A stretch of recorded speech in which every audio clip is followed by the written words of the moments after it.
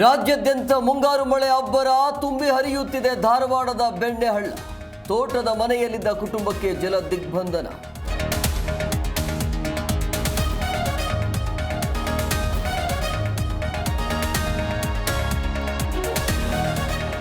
ಹುಬ್ಬಳ್ಳಿಯಲ್ಲಿ ಮಳೆ ನೀರಲ್ಲಿ ಕೊಚ್ಚಿ ಹೋದ ವ್ಯಕ್ತಿ, ವಿಜಯನಗರದಲ್ಲಿ ಕೋಡಿ ಬಿದ್ದ ಕಮಲಾಪುರ ಕೆರೆ, ಬಾಗಲಕೋಟೆಯಲ್ಲಿ ಜಮೀನುಗಳಿಗೆ ನೀರು ನುಗ್ಗಿ ಅವಾಂತರ.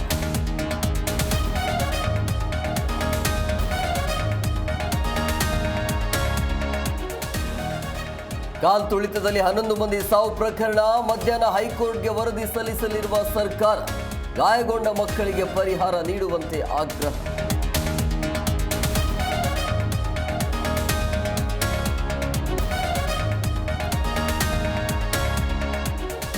ಹೊಸ ಶಾಸಕರಿಗೆ ಸಚಿವ ಸ್ಥಾನ ನೀಡಿದ್ರೆ ಉತ್ತಮ, ಹಳಬರಿಗೆ ಸಚಿವ ಸ್ಥಾನಕ್ಕೆ ಕೊಟ್ರೆ ಒಳ್ಳೆ.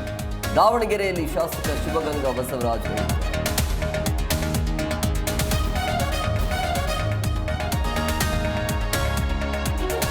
ಅನಧಿಕೃತ ಕಟ್ಟಡಗಳ ವಿರುದ್ಧ ಬಿಬಿಎಂಪಿ ಸಮರ, ಬೆಂಗಳೂರಲ್ಲಿ ತ್ವರಿತ ತೆರವು ಕಾರ್ಯಕ್ಕೆ ಸೂಚನೆ. ಅನಧಿಕೃತ ಕಟ್ಟಡ ಗುರುತಿಸ್ತಾ ಇರುವ ಪಾಲಿಕೆ.